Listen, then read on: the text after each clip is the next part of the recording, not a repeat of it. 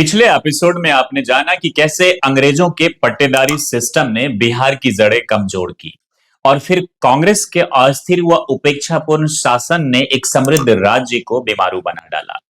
Video link ऊपर description में है। बिहार की सही स्थिति जानने के लिए फर्स्ट एपिसोड जरूर देखें। आज बात होगी लालू राज के सामाजिक न्याय और जंगल राज की, नीतीश राज के खोखले सुशासन की, बिहार में घटित कुछ काले अध्याय और भाजपा की बिहार के प्रति उपेक्षा की, और अंत में जनता की गलतियों और जिम्मेदारियां की। लालू प्रसाद यादव 1990 के दशक में भारत के सबसे चर्चित और प्रभावशाली नेताओं में शामिल हुए। एक पिछड़ी जाति और साधारण परिवार से आने वाले लालू प्रसाद यादव ने खुद को सामाजिक न्याय का मसीहा और दलित पिछड़ों की आवाज के रूप में स्थापित किया। जेपी आंदोलन ने लालू प्रसाद को राजनीति में प्रवेश दिलाया, लेकिन असली पहचान मिली मंडल आयोग से, क्योंकि तत्कालिक प्रधानमंत्री वीपी सिंह ने मंडल आयोग लागू कर ओबीसी को सामाजिक न्याय की ऐतिहासिक पहचान दी, जिसे बिहार में लागू कर उन्होंने कहा कि प्रधानमंत्री वीपी सिंह ने मंडल लागू किया और हमने जमीन पर उतारा। उनका नारा था, अगड़ा पिछड़ा एक समान, सबको मिले अधिकार समान, ने उन्हें लाखों युवाओं और हाशिए के तबकों का नेता बना दिया। लालू राज की उपलब्धियां: सामाजिक न्याय की राजनीति, दलितों और पिछड़ों को सत्ता, सम्मान और प्रतिनिधित्व दिलाया। एमवाई समीकरण मतलब मुस्लिम यादव गठबंधन ने वंचितों को मुख्यधारा में लाया। लालू प्रसाद की जनभाषा, मिट्टी की खुशबू और आम आदमी जैसा व्यवहार ने एक वर्ग में आत्मगौरव जगाया। लेकिन यह सामाजिक न्याय विकास और सुशासन में नहीं बदल सका। 1990 से 2005 तक बिहार अपराध और अपहरण का गढ़ बन गया, जिसे जंगल राज कहा जाने लगा। चारा घोटाला भ्रष्टाचार की पराकाष्ठा बना। शिक्षा, स्वास्थ्य और इंफ्रास्ट्रक्चर में गिरावट आई।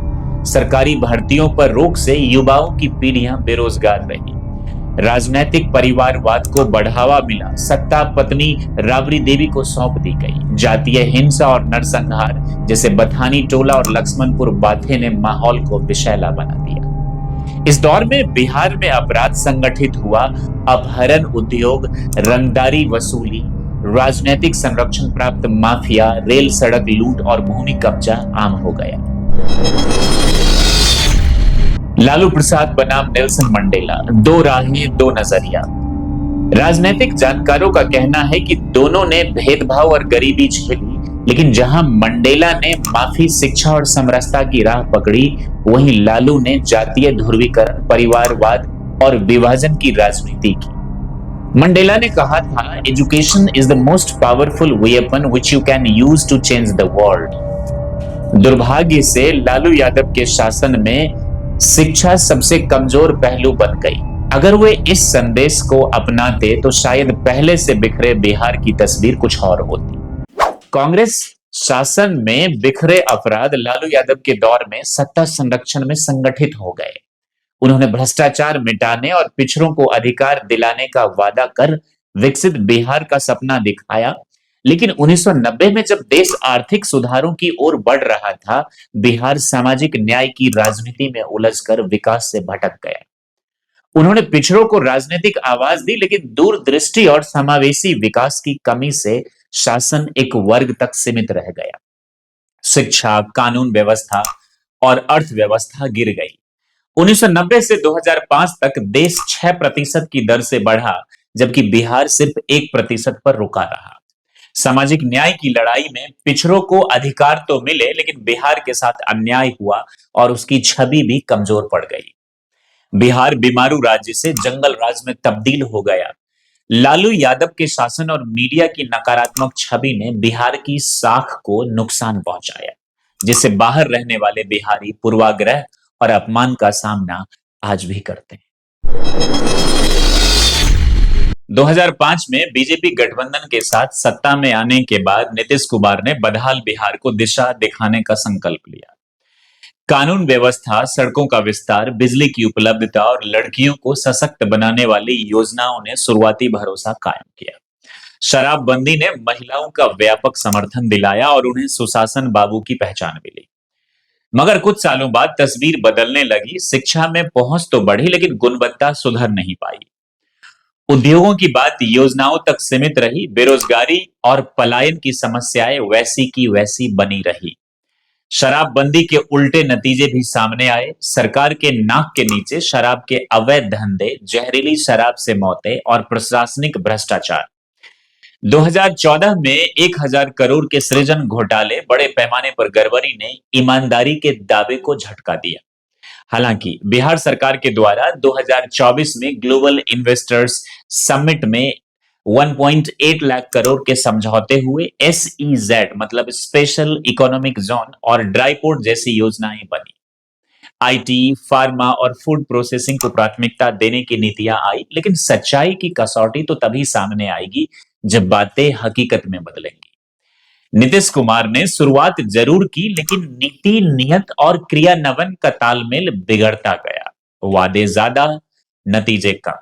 देश आगे बढ़ता रहा, बिहार पीछे छूटता गया। यह एक प्रश्न उठता है कि क्या भ्रष्टाचार और गुंडागर्दी की शुरुआत लालू प्रसाद ने की? उत्तर है नहीं। भ्रष्टाचार, गुंडाराज और बीमारू राज्य की नींव कांग्रेस शासन 1950 से 90 में ही रखा जा चुका था। 1983 में बॉबी, बदला हुआ नाम, महिला टाइपिस्ट की रहस्यमय मौत ने सत्ता के गलियारों में भूचाल ला दिया। सत्ताधारी नेताओं पर आरोप लगे लेकिन आज तक सच सामने नहीं आया। लालू यादव 1990 से 2005 के दौर में यह व्यवस्था और संगठित हुई जिसे जंगल राज की छवि बनी। मीडिया रिपोर्ट्स के हवाले से 1990 के दशक की सबसे शर्मनाक घटना जब राजनीतिक संरक्षण का गढ़ बना बिहार, जहां 1995 में एक वरिष्ठ IAS अधिकारी की पत्नी पर 2 सालों तक खुलेआम बर्बर यौन शोषण हुआ। न सिर्फ पीड़िता बल्कि उनकी भतीजी, 2 नौकरानियां और मां भी अपराधियों के क्रूर शिकार बनी। राजनीतिक जानकार कहते हैं सत्ता के दबाव में पटना हाईकोर्ट ने आरोपियों को बाइज्जत बरी कर दिया, जिसे न्याय व्यवस्था की झूठी तस्वीर सामने आई और जंगल राज की सच्चाई सबके सामने उजागर हुई। हालांकि ऐसी घटनाएं भारत और दुनिया में आज भी होती है। कुछ उजागर होती है पर अधिकांश छिपी रहती है। परंतु 2005 के बाद बदलाव की बातें हुई। नीतीश राज में कानून व्यवस्था में सुधार हुआ लेकिन 2014 में 1,000 करोड़ के सृजन घोटाले और 2018 में मुजफ्फरपुर शेल्टर होम कांड में सरकारी संरक्षण में 30 से ज्यादा बच्चियों का यौन शोषण ने साबित किया कि भ्रष्टाचार और जंगल राज की जड़ें अब भी कायम है। कांग्रेस ने शुरुआत की, लालू ने बढ़ाया और बाकी सरकारों में सिर्फ उसका स्वरूप बदलती रही। हर चुनाव से पहले बिहार को विशेष पैकेज का वादा मिलता है, जैसे कि 2015 में मोदी सरकार द्वारा घोषित 1.25 लाख करोड़ रुपए का विशेष केंद्रीय पैकेज मिला। लेकिन चुनाव के बाद ज्यादातर प्रोजेक्ट्स विचाराधीन रह जाते हैं।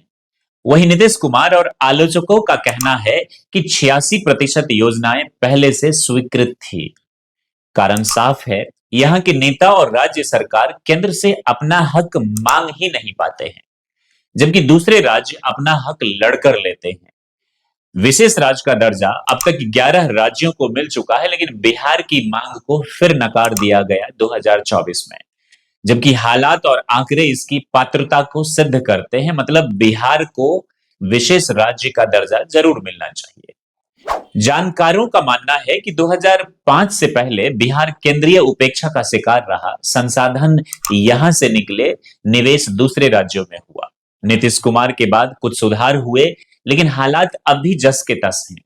इंदिरा गांधी और नरेंद्र मोदी जैसे मजबूत प्रधानमंत्रियों ने कई राज्यों को आगे बढ़ाया लेकिन बिहार को वह प्राथमिकता नहीं मिली।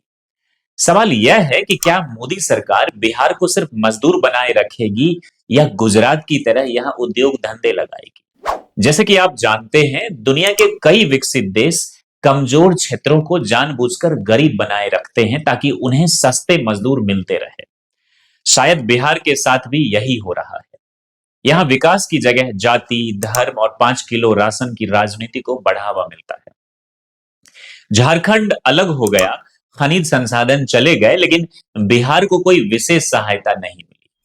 आज बिहार विद्वान तो पैदा करता है लेकिन रोजगार नहीं। नतीजा, बिहार श्रमिक आपूर्ति केंद्र बन गया है। विशेषज्ञों का मानना है कि जिस प्रकार हरित क्रांति पंजाब और हरियाणा के लिए शुरुआत में वरदान और बाद में अभिशाप बनी, उसी तरह जीवन दायिनी गंगा और उनकी सहायक नदियां बिहार व पूर्वोत्तर भारत के लिए दो धारी तलवार साबित हुई। उपजाऊ भूमि और प्रचुर जल संसाधनों ने कृषि को समृद्ध बनाया, लेकिन इसके साथ जनसंख्या में विस्फोट हुआ। बढ़ती आबादी ने जमीन, पानी और बुनियादी सेवाओं पर भारी दबाव डाला। नदियों के असंतुलित प्रबंधन के कारण हर वर्ष आने वाली बाढ़ जीवन और विकास को बुरी तरह बाधित करती है। सामाजिक जागरूकता की कमी जनसंख्या नियंत्रण में एक बड़ी रुकावट है। इस तरह गंगीय मैदान की भौगोलिक संपन्नता यहाँ जीवन को आसान बनाती है, वहीं उससे उपजी चुनौतियां समग्र विकास की राह में भयंकर बाधा बन जाती है। परंतु इन समस्याओं के समाधान संभव भी हैं। इनके बावजूद भी बिहार में कई चुनौतियां हैं, जैसे बढ़ती जनसंख्या, पलायन, शिक्षा, इंफ्रास्ट्रक्चर, कुपोषण और खेती आदि। लेकिन दो प्रमुख चुनौतियां हैं। उत्तर बिहार में हर साल बाढ़, जिससे जान माल और खेती का भारी नुकसान होता है और उद्योग भी नहीं लग पाते हैं। दक्षिण बिहार में सूखा, जो पलायन और बेरोजगारी को बढ़ावा देता है। रिपोर्ट्स के मुताबिक 2008 से बिहार को केंद्र, राज्य, वर्ल्ड बैंक और अंतर्राष्ट्रीय एजेंसियों से लगभग 28,000 करोड़ की बाढ़ राहत मिली है। राशन जैसे राहत फंड अलग हैं, लेकिन उत्तर बिहार में इसका कोई ठोस विकास नहीं हुआ। अगर सही नियत होती तो बाढ़ समस्या खत्म कर खेती और उद्योग धंधे लग सकते थे। अगर सरकारें चाहें तो नेपाल के साथ मिलकर बाढ़ नियंत्रण, बिजली, मछली पालन और नदी परिवहन के जरिए उत्तर बिहार को पुनर्जीवित और खुशहाल किया जा सकता है।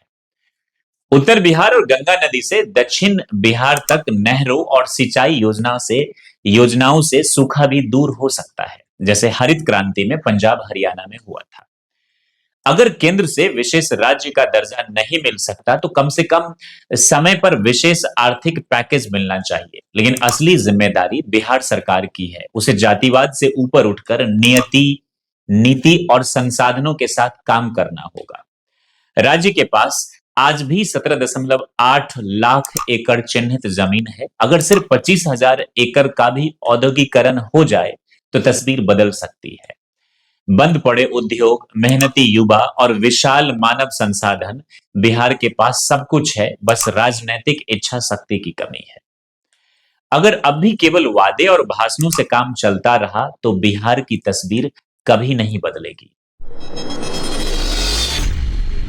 अंत में सबसे महत्वपूर्ण सवाल, क्या बिहार की पिछड़ापन के लिए केवल सरकारें जिम्मेदार हैं? बिहार के पिछड़ेपन का दोष केवल सरकारों पर डालना उचित नहीं। जनता की सोच और रवैये ने भी विकास में बड़ी रुकावटें खड़ी की हैं। जातिवाद और वोट बैंक की राजनीति ने योग्य नेतृत्व को उभरने नहीं दिया। शिक्षा की उपेक्षा, योजनाओं का दुरुपयोग, घूसखोरी से पनपा भ्रष्टाचार, लोकतंत्र में भागीदारी की कमी और केवल सरकारी नौकरी की चाहत ने हालत को बिगाड़ा। पलायन को समाधान मानना, खेती को छोटा व्यवसाय समझना भी युवा शक्ति को दिशाहीन बना रहा है। इस स्थिति के लिए जनता लगभग 40 से 50% जिम्मेदार है। जब हम सोच बदलेंगे, जागरूकता फैलाएंगे, योग्यता से नेता चुनेंगे, शिक्षा, स्वरोजगार, अपने हुनर और बिहारी पहचान पर गर्व करेंगे, तभी बिहार में अस्थायी और मजबूत विकास संभव होगा। लेकिन जमीनी बदलाव आसान नहीं, क्योंकि राजनीतिक दल जाति और भावनाओं के समीकरण से खेलते हैं। जो लोग इसे समझते हैं वे मतदान से दूर रहते हैं और जो नहीं समझते वे जाति धर्म के नाम पर वोट देते हैं। नतीजन वही नेता बार बार जीतते हैं जो जनता को निर्भर और बेरोजगार बनाए रखते हैं। यह चक्र न सिर्फ बिहार बल्कि लोकतंत्र और भारत की प्रगति को भी रोकता है। अगर भारत को विश्व गुरु बनना है तो सबसे पहले बिहार को शिक्षित, सशक्त और जागरूक बनाना होगा, क्योंकि यही उसकी असली नींव है। इसने प्राचीन काल में भी अखंड भारत और ज्ञान की राह दिखाई थी। दोस्तों, मेरा मकसद किसी पार्टी या नेता को नीचा दिखाना नहीं, बल्कि बिहार का दर्द बताना था। अगर आपको यह जानकारी सही लगी तो कृपया इसे हर बिहारी तक शेयर करें, ताकि वे बिहार की बर्बादी के कारण समझ सके और बिहार के हक में सही फैसला ले सके। जय हिंद, जय बिहार।